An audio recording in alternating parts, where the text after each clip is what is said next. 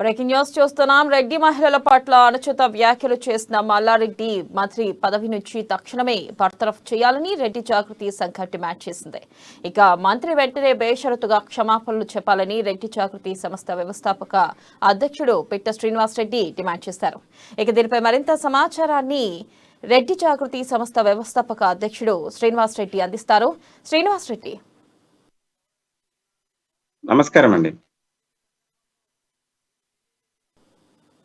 శ్రీనివాసరెడ్డి చెప్పండి. అయితే రెడ్డి జాగృతి సంస్థ వ్యవస్థాపకులుగా మీరు వ్యవహరిస్తున్నారు. అయితే రెడ్డి సామాజిక వర్గాన్ని గురించి మాట్లాడడంపై మీరు ఏ విధంగా తీసుకుంటున్నారు?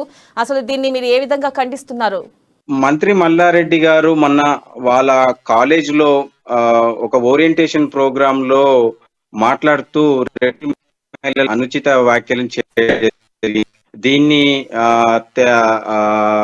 రెడ్డి జాతి ముక్త కంఠంగా ఖండించింది ఈ విషయంని. ఎందుకంటే తను మాట్లాడిన మాటలు రెడ్డి మహిళల మనోభావాలు తీవ్రంగా దెబ్బతిన్నాయి.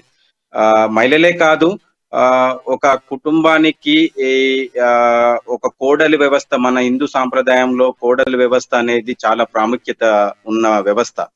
ఒక ఇంటిని చక్కదిద్దడానికి వచ్చే కోడలి వ్యవస్థని కూడా ఆయన కించపరచడం జరిగింది. ఇది మహిళా సమాజానికి కూడా తన చేతులు కూడా తను చేసిన వ్యాఖ్యల పట్ల మహిళా సమాజం కూడా కులాలకు మతాలకు అతీతంగా దీన్ని తీవ్రంగా ఖండిస్తున్నాయి.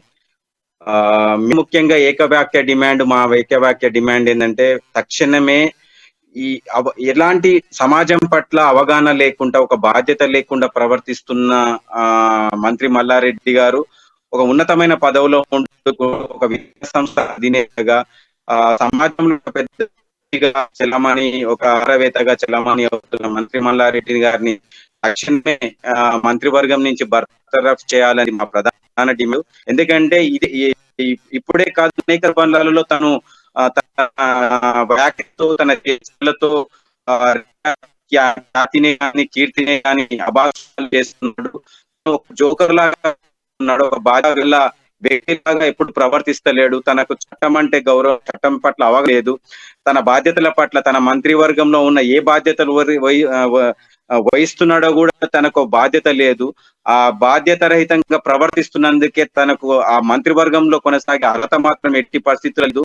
తనకు ఆ మొదటిసారిగా ఎమ్మెల్యే ఎన్నికై మంత్రివర్గంలో తీసుకోవడమే పెద్ద తప్పు. తనకు ఎలాంటి అనుభవం లేదు, పాలనా అనుభవం లేదు, పరిపాలనా అనుభవం లేదు. అలాంటి వ్యక్తిని మంత్రివర్గంలో తీసుకొని కేసీఆర్ గారు ఒక ఎలాంటి మంత్రులు ఉండాలనేది ఇప్పుడే మనకు స్పష్టమవుతుంది. ఆ మంత్రివర్గంలో డూడు బస్వన్లు తనకు ఏది చెప్తే పెట్టుకొని ఈ ముఖ్యమంత్రి గారు కూడా పరిపాలన చేస్తున్నారు. ఇది సమాజంపై ప్రభావం పడుతున్నది. భవిష్యత్ తరాలకు మనం ఎలాంటి సందేశం ఇస్తున్నాం అనేది భవిష్యత్తు యువ రాజకీయ నాయకులకే గాని, యువతకే గాని మంత్రి మల్లారెడ్డి గారి ప్రవర్తన చాలా ఆక్షేపణీయం. అందుకే మేము తీవ్రంగా ఖండించి దీన్ని అతను బహిరంగంగా బేషరతుగా పత్రికాముఖంగా క్షమాపణలు చెప్పాలని, అతన్ని మంత్రివర్గం నుంచి తొలగించి అతని వికృత చేష్టలకు ఫుల్ స్టాప్ పెట్టాలని మేము కేసీఆర్ గారిని, ముఖ్యమంత్రి గారిని డిమాండ్ చేయడం జరిగింది. అసలు మల్లారెడ్డి ఇట్లాంటి వ్యాఖ్యలు చేయడానికి ఆయన ముఖ్య ఉద్దేశం ఏమిటంటారు? అసలుకి దీన్ని మీరు అలాగే ఏ స్థాయికి తీసుకెళ్లాలనుకుంటున్నారు? ఇప్పటివరకు ఏమైనా అధికారులు స్పందించారా ఈ విషయం పైన, మీరే కాకుండా?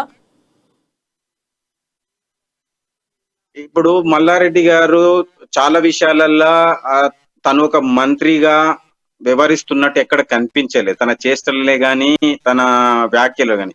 ఈ మధ్యన మీరు చూసిండొచ్చు, ఒక ర్యాలీలో పోతూ కారు మీద ఎక్కి డాన్సులు చేయడము. ఒక మంత్రి స్థానంలో వండుకుంటూ ఒక ఉందాత్వాన్ని ప్రదర్శించాల్సిన మంత్రి కారెక్కి డాన్సులు చేయడము.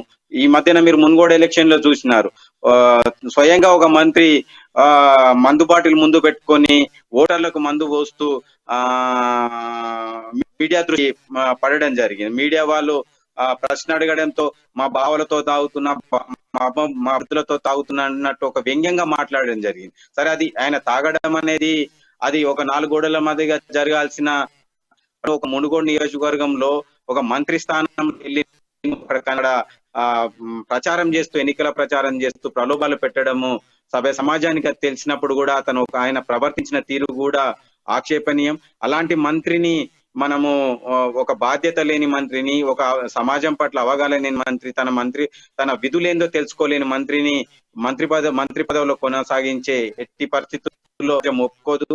ఇలాంటి వాళ్ళ వల్ల రాష్ట్ర ప్రతిష్టకే దెబ్బ, ముఖ్యమంత్రి గారి పాలనకే ఒక మచ్చ.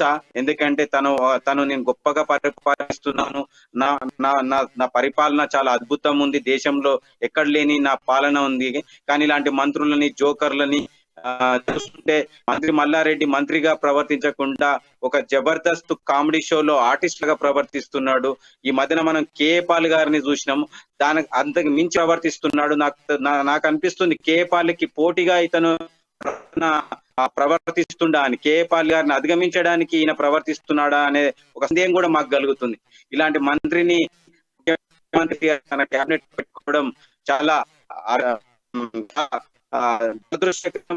రాష్ట్రానికి పట్టిన మన రాష్ట్ర పాలనలో ఇది ఒక దురదృష్టమైన సంఘటన. ఇలాంటివి మంత్రులని అతను తొలగించుకొని తన పాలన తీరును మార్చుకోవాలని కూడా మేము ముఖ్యమంత్రి గారికి హితవు పలుకుతున్నాం. Right, thank you. Thank you.